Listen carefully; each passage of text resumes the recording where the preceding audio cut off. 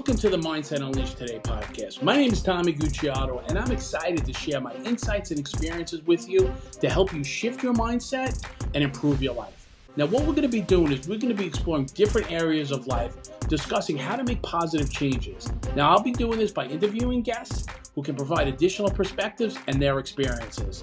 I believe that by making a mindset shift, we can all unleash our full potential and create the lives we want to live. I hope you'll join me on this journey. All right, how you doing, everybody? I want to welcome you back to the Mindset Unleashed Today podcast, where we focus on the power of the mind and how it changes lives on a daily basis.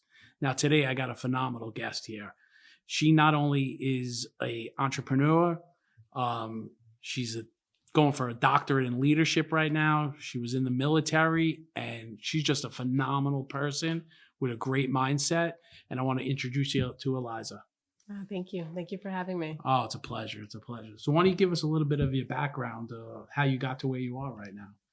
Well, in the entrepreneur space, I got here because I sort of went back to my roots. So I always had really this entrepreneurial spirit. Mm-hmm. But, you know, I came from a background that, you know, a single mom, very sort of traditional type of poverty story. Mm-hmm. So in trying to sort of get myself out of survival mode in life, I went a very traditional path after trying to explore entrepreneurship and music and a few different avenues. So I made a very hard decision, and hard in both ways, as in like hard as in steady, but then hard as in also difficult. Okay. To just transition my life to the military. So I did 4 years in college. And then when I had graduated, I said, am I going to continue to pursue sort of these creative spaces and this entrepreneur space, or am I going to just try to go get some money? Right. So I joined the military, and that made me have to leave everything behind because of just the structure, right? And I did 10 years in the military, and I also was in the security and law enforcement space. So my last job that I sort of departed from, I was the director of policy for a major transportation agency. Oh, wow, cool. So I wrote all the policy for the police, security, and safety department. And then in the military, I was a military police officer. Okay. All right. So what brought you to how did the military come into effect? Like, what made you decide I want to go into the military? So I've always sort of been a very make sense kind of person. Okay. So my bachelor's degree was in criminal justice. And even though I didn't necessarily have anything that pushed me in that direction, I'm going to be completely honest with you. The driver was that I wasn't great at math. Funny enough, because now all I do is math. But once I made that decision, it sort of was like, okay, how am I going to make sense of this? Right. And also it was right when we were coming out of the recession. Okay. So it was like, great, you have this degree and you go and get a job, and everyone's like, where's the experience? Right. So I was like, I will strengthen my resume by joining the military. And something that I've sort of always been really good at is being intentional, and making a plan that, like I said, made sense. Right. So when I went to the military, a lot of people have the experience where when they go to MEPS, which is their military entrance processing center, right?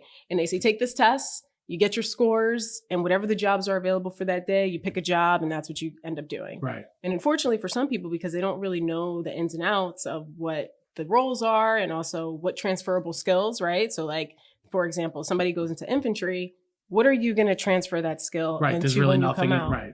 Gotcha. So I was very intentional, and I went to the recruiter, and I also was a little older, right? Being 23, it seems older in the military, but it's 18, 17. Right. So I'm like, I'm going to take this test, and this is the job that I'm going to take, and this is the job you're going to give me, or I'm not going to sign this contract. Right. All right. So that makes and sense. That's basically what happened. No, that's great. And you know, the one thing about the military is definitely intentional, right? Yes. And definitely it had to help after when you became an entrepreneur, right? Keep you regimented, to keep you on point and keep you straight, right? Right. So what was the biggest takeaway that you got from like the military? How did it help you going forward? The military, it was probably one of the best and most challenging experiences in my life. I want to say best because, one, it got me in a place that was financially secure. It gave me a tremendous amount of leadership experience. Right. I went to many different countries and lived in many different countries and have met people and worked with people in different cultures. Also, those that I've worked amongst, right, are also from all parts of the nation. Right. I had this guy that I worked with. He was from Kansas. He had one stoplight in his city. And he told me, I never seen a Black Puerto Rican gay girl before. Right. But me and him became like this. Right. Because I exposed him to something that he had never saw. And he taught me many things too. Right. Right. So that experience just, I think, really made me more well-rounded. Right. And I think it's really the reason why I'm able to connect and resonate with so many people now, especially in entrepreneur space. That's phenomenal because, like just to be able to, reach out to people and have some sort of commonality where you could, bond over something, right? Like you said, like he's from Kansas City with one stoplight and you met somebody he never met before. And now you become friends and you're moving forward. And that's very helpful. That's helpful and definitely in the entrepreneur space. And I know we were talking before that you have a cannabis business that you're getting started and it's going to, when in the summer it's going to come together? We're hoping anytime between 4/20 and the beginning of the summer. 4/20, you picked a good day for it, right? That would be a nice one. So what kind of challenge was that to get that up and running? So that's an extremely challenging business. It's highly regulated. Right. It's very costly to start up. Mm-hmm. Easily 1 million and up, depending on what kind of cannabis business. So there's also layers to the types, right? There's a retail facility, there's a cultivation facility, which is who grows it. Right. There's delivery companies. So depending on which avenue you go is going to depend on how much it costs. But no matter how you slice the pie, it's very expensive. Right. There's a lot of zoning restrictions in different cities, right? Because commercial areas or not, they call them green zones. Right. They don't necessarily want cannabis businesses. And the other part of it is that in any business that you start, but cannabis in particular, it's really difficult for people of color to raise money and find capital. Right. And because cannabis is federally illegal, folks cannot get traditional funding through banks. And even some VCs won't take any shot on you. Really? Yeah. And the other part about it is that because it's federally legal, there's a tax code called 280E. It's a code that was created for the mafia for illegal earnings so that the government can take money off of their illegal earnings. Wow. So I learned something new today. We have to abide by that because the states may say that it's accepted. And the state also gets their money, right? They have a tax. Right. A local municipality gets a tax, but the feds don't get a tax because it's illegal. Right. So they make it so that you do get taxed by working around in this code, but unfortunately the code requires that you cannot have any business deductions. So in a traditional business where you would write off a tremendous amount of things. There's no write-offs, yeah. Zero. Right. You pay the highest rate in taxes. You can't get a bank account because banks are backed by the FDIC and a lot of other regulatory agencies. So they don't want to risk their relationship with the feds. So they won't give you a bank account. So a lot of cannabis businesses are either working with local banks like a Valley or, something that's like local to the state. Or they're just cash businesses, which are very dangerous. Right. So it's tough. Wow. So you not only picked like the hardest business, but this like seems impossible to even get it off the ground, but yet you're doing it. So that shows a lot of resilience right there, Thank you. And you have I wouldn't even know where to start with something like that. That's phenomenal that you actually have the bandwidth to do that. And so you made a comment before about like venture capitalists won't touch you or, so how did you go about getting the money? What was the best way to do that? So again, back to intentionality, right? I felt like this is an opportunity to really support Black and Brown communities. Right. I am African American and Latina. Mm-hmm. So for me, I felt like, well, it's not really for me. It's really the stats, right? The war on drugs has impacted Black and Brown communities the most. So this is the best way for there to be some sort of restitution, some sort of way to support Black and Brown people with generational wealth. And I felt like it could go beyond me. As an owner, maybe I'm going to make great money and I have some partners and everybody's going to do very well. But how much further could I really have this endeavor go if I only fundraise from Black and Brown investors and empower them with equity in a company that's going to help them build wealth, give to their kids? Right. I just was trying to be creative on how far I can make this happen. That's phenomenal. So we were able to raise $1.1 million of just Black and Brown investors. That's great. Congratulations. Yeah, thank you. It was probably one of the most challenging things that I ever did because, you have to not just convince people, but in our community, we also are not very savvy with investing. Right. It's a concept that's very new because we just didn't have money to do so before. So And I'm it's sure sort of there's like a trust scary issue money. too, right? Well, there's that too. Believe in giving my money to somebody, you know, course. they have to make sure that you're doing the right thing. And I'm sure, you know, you have other endeavors also. So people see you growing, Right. and they want to be part of that. Right. And I know you have a wellness facility. Yeah. So how did that come about? So Sweat is we have infrared, so it's all encompassing wellness facility. We have yoga, infrared sauna. One of our niches is that they're in private suites, so you don't share them with anyone. Okay. Which is how we got really popular, especially after COVID. Okay. We have a salt cave.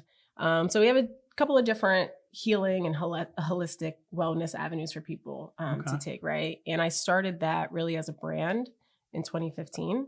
It was a clothing line for like a fitness clothing line. Okay. And then as we grew and as we started to, try to develop it into a brick and mortar, that's what we did. So we opened it in 2018. It's been pretty popular. We have 2 locations now. And most recently just developed it actually into a franchise. Okay. So right now we have a couple of franchisees that are in the process. Beautiful. And the goal is to hopefully, the branding for the dispensary and the wellness facility are closely tied. So there's Sweat, and then the cannabis dispensary is called The Other Side. Okay. So it really represents a couple of things. It represents the other side of my life, right? And what I'm doing, and really just going back to my authentic self, not having a uniform on every day, being able to just show up as me. But then also the other side of Sweat, right? So there's a ton of different wellness alternatives, and then there's alternative medicine that could also support you as well. There you go. Right. So that's the idea. So you tie everything all in. Yeah, for sure. And I'm just sitting here thinking about it. You're starting an endeavor like a cannabis business, which probably takes most of your time. You have a business that you're running, right? A brick and mortar business. And then how do you fit in going to school? I mean, that just boggles my mind right there. So, I'm sorry to stop you, but I have a tough time finding the time to brush my teeth in the morning, and you're doing all this. It's crazy. It's amazing. So I am at the point now where all I'm doing is writing. So writing the dissertation is just really you making sure that you put your time in, right? I don't have any coursework. I went to through a pretty intense program as an executive level program. So you had to have a certain amount of experience to get in. So it was a condensed doctorate. So I did it in 3 years. Oh gosh. So I don't have any more coursework. I'm just writing. But I mean, really to answer a question of just like time management, right? I am very, very time management oriented. I write every single thing down. I live my life on a very, very strict schedule. However, I offer myself grace. Okay. So if there's something that's there that maybe I don't get to, I turn it over to another day or I find another time to get to it. So you're flexible with your day. I try to be, but I prioritize everything. And yeah, I'm just very, very efficient. So let's talk about the military for a second. So when you went to the military, were you that time? I'm sure the military helped you to be more time oriented and time management. Was that when you were growing up? Were you like that, or that was always part of your DNA? Yeah, it's part of my DNA. Right. I've been using an agenda probably since I was in 8th grade. Yeah. But the military obviously that helped enhanced you that. Right. Yeah, for sure. I always like go back to, and I've shared this a couple of times, like, and it's about time management and goals, right? Like, and maybe you could attest to this, like just getting up in the morning and making your bed. You already created a task, right? Yep. Like you woke up, you didn't hit that snooze button. You created a task already. And like, I always, I hear people talking about that all the time. And now you have 2 things done during the day. Yeah. So it helps you on your day. So the military, there's something to it there. They got the right mindset for that. So, all right. So now you're going to do, you have this facility, you have this other business. What is the doctor? How's that going to help you? Well, the doctorate sort of was just looped in the mix. Right. I will say that actually didn't have a tremendous amount of intention. Right. I was just trying to get a check. Okay. I got paid to go to school because I had a GI Bill. All right. And I made a deal with my wife. All right. I was going to go to law school. I was going to go get a JD. Okay. I'm pretty good at arguing, so I felt like it would be easier. And the backstory is that, when you serve in the military, you get your GI Bill, right? So I did 10 years. So obviously I was eligible for it. And when I had gotten out, my wife works in higher ed. Okay. So a lot of times, their spouse can help them go to school and such. And then, we have children, so they'll be able to go to school. So I'm like, a lot of military people, they give their GI Bill to their kid if they've already used it.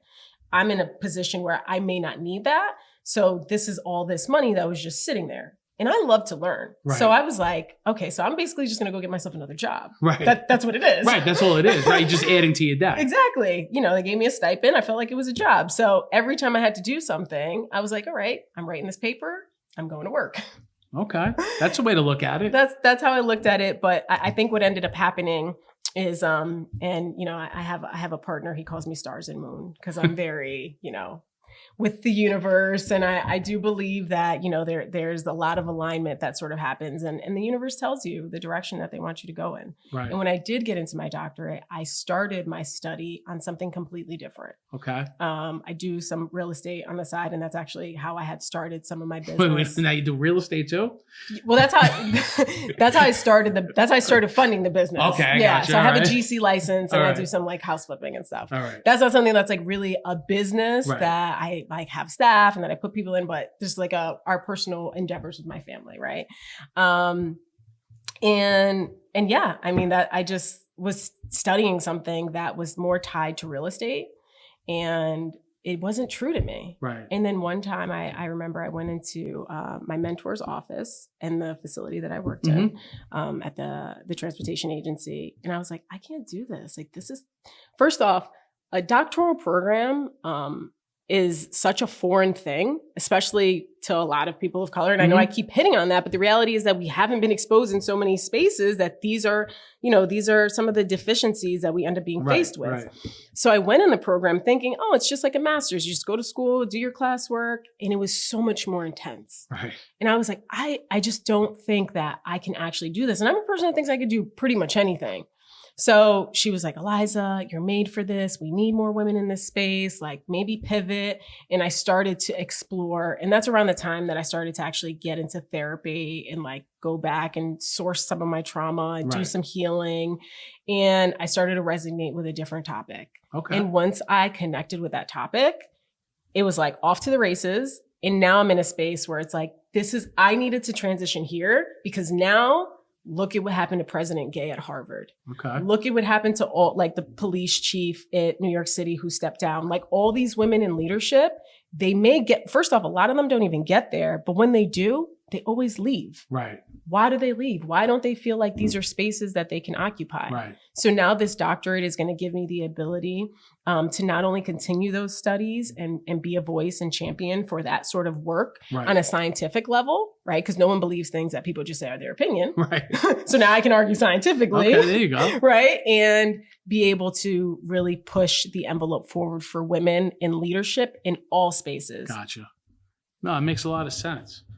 You just boggle my mind. Just how that's great that you could do all that stuff, and that's helpful. And you're giving back also, because part of it is, like you said, for your community, right? So you're teaching them how to be entrepreneurs, teaching them how to see something that they're not normally looking at. And that's phenomenal.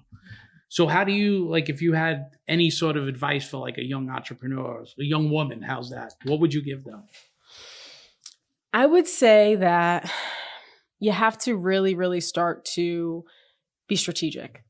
I think a lot of times we just kind of like go with the flow or take any opportunity that falls on your lap. Like there's a lot of opportunities that come to me I say no to. Right. Back in the day, I probably used to say yes to everything. Right. So it's definitely about being very intentional.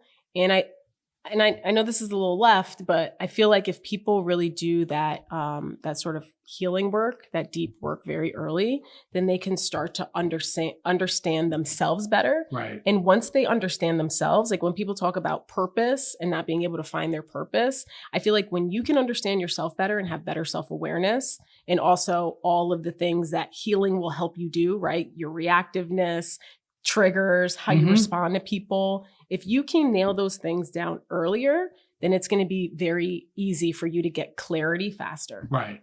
Yeah, because that's once you find your purpose, I mean, things just open up and things become natural then. So easy. And I think people, they force too much nowadays, They want something, but they don't want to put the work in and they don't want to learn about themselves. And that you hit the nail right on the head. Yeah. If you could find out about yourself, what makes you tick and what makes your triggers, because, like otherwise you're going to keep it's a definition of insanity, right? Yes. Repeating the same thing over and over and looking for different results. And if you don't change who you are, nothing's going to change. Yep, exactly. You know, and that's phenomenal that, you know, you could think like that, you know, and that's, you know, it's a blessing to have people like you out there that are willing to give back, you know, and, you know, it's just a good thing. You have a good energy, you have a good vibe. And, you know, I was just thinking, like, you know, the whole military thing, it's like, and I want to get off topic, but it had to be tough for you, you know, being a woman of color just to fit into the military. Like, how did you overcome that? Yeah, navigating that space was very interesting. It's a boys' club. Right. It's definitely a boys' club. And I don't know. I mean, it's a tough one because I just feel like I'm sort of just like a little tough. Right. So I have skin that can go through what I went through. Right. But it's not for everybody. Right. It's not for everybody. It got me where I needed to be. And I think that it was genuinely part of my path. Right. But, you know, for those that are, you know, going for educational reasons, or we make a lot of sacrifice, Of right? course. You're not with your family, right? You're away. Yeah. Yeah. And yeah, not 10 out of 10. Wouldn't recommend. Right. Well, it got you the way you needed to be, right? In your life. Yeah. It taught you something. It got you where you are right now. And then, you know, you just take it from there, right? Because I'll say this, right? When you already come sort of from an intense trauma type of upbringing, and then you never unpack that, and then you go into another trauma space, you come out with a lot that you got to do, right? And then we are always taught to I can't even speak. You know what I'm trying to say? I know what you're trying to say. Keep it in. Right. In those spaces, right, where we are in war zones. Right. There. So you have to be very straight, very rigid. Exactly. And it's tough to really like sit and think and feel and process and all of the things that are really, really necessary for people to make wise decisions. Right. I think that's one of the challenges that I see, like why so many people have a life that they're not very pleased with is poor decision making. You think? Right. Sometimes it's not even like what their background is or what their experience is. Just like they are making poor decisions. I try to tell my kids that all the time. I said, listen, you could make mistakes, but it's the decisions that you make that affect the rest of your life. Right.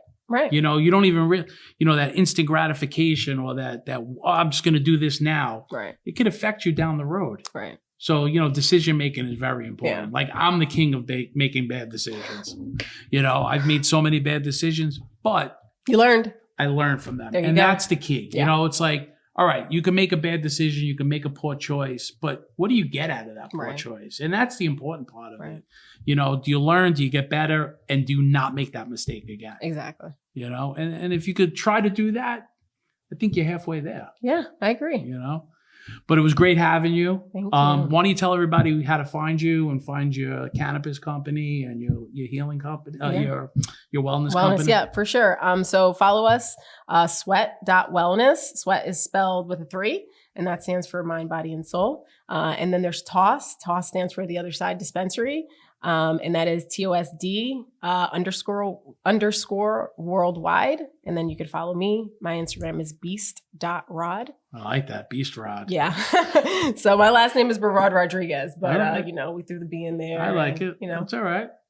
I love a beast. All right. I love anybody who pulls their inner beast out and does something productive with it in the world. So, all right. Well, I hopefully everything works out for you. Thank you. Congratulations on everything. And thanks for coming down. Thank you. I appreciate you having me.